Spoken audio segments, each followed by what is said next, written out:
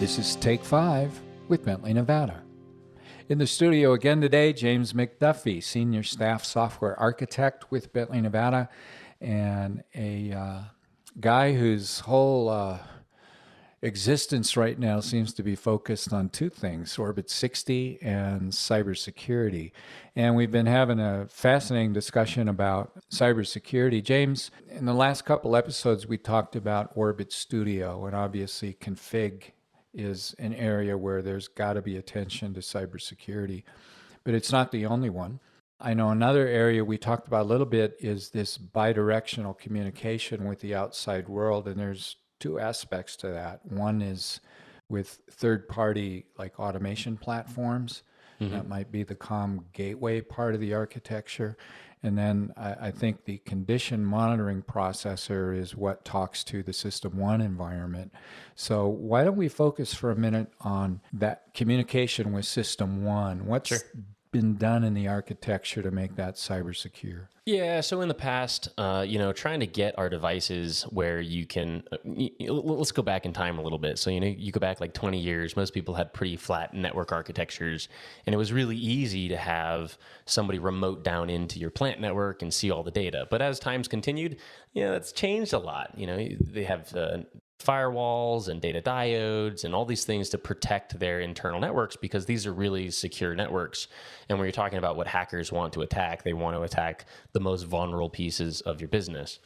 And so, when we're looking at the next generation hardware, there's a lot of companies out there that are building these single directional data pushes, and it's called a data diode. And so the idea on the Orbit 60 in terms of the actual hardware is that the condition monitoring module is actually only a listener. It's a passive member of the backplane for all the rest of the protection system data. So the protection system runs as an independent piece, and it does all the things that you want a protection system to do.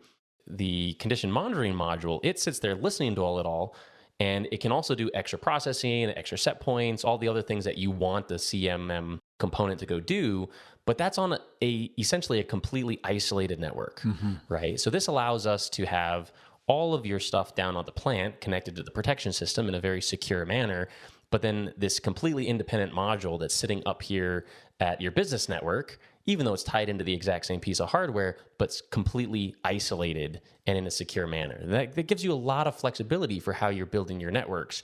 And it means that you can actually probably get rid of a lot of your, firewalls and hardwares or firewalls and other pieces of hardware that really try to make your network secure. So, we're trying to pitch it as this great opportunity to save on hardware costs, which it absolutely is. But also it's just a good methodology for separating concerns. Well, it's interesting because when Darren Evans was in the studio with us, we talked a lot about different aspects of the architecture. We talked about input cards. We talked about the two kinds of processors in the architecture, the protection and the condition monitoring.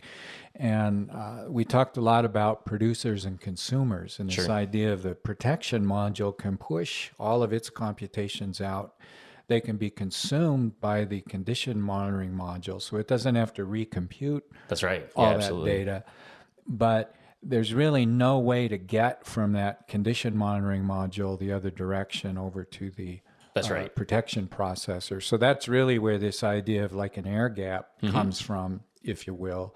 It's kind of the best of both worlds. It is. The recomputing all that in the condition monitoring module, it's kind of wasteful. So we talked a lot about those aspects.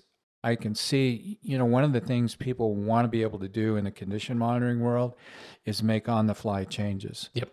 On the protection side, it's kind of set it and forget it. You're not in there every day tweaking alarm levels and those things. Based on what you just described, I can certainly see the advantage in this architecture. You can change the things you need to change, but without the worry that you're now impacting the things that need to protect that machine.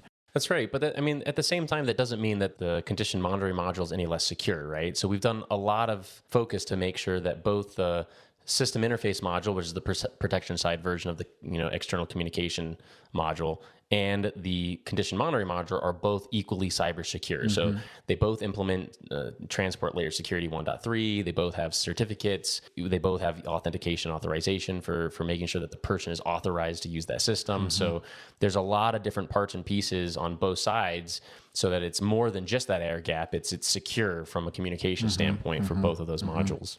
The beauty is it's segregated, but you've still got the flexibility to do Yeah. what you need to do. And I know this segregation, it's a very, very key concept in API 670. That it is. The protection and the condition monitoring, failure or vulnerability in one shouldn't affect the other. So it sounds like that's been addressed with flying colors in the Orbit 60. We'd like to think so, at least.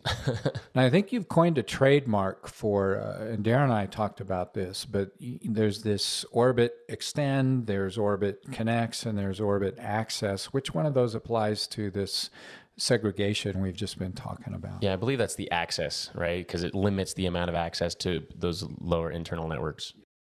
Well, good stuff. More to talk about with Orbit 60 and cybersecurity. So we're going to come back to these topics in the next episode. You've been listening to Take 5 with Bentley Nevada, Baker Hughes Business.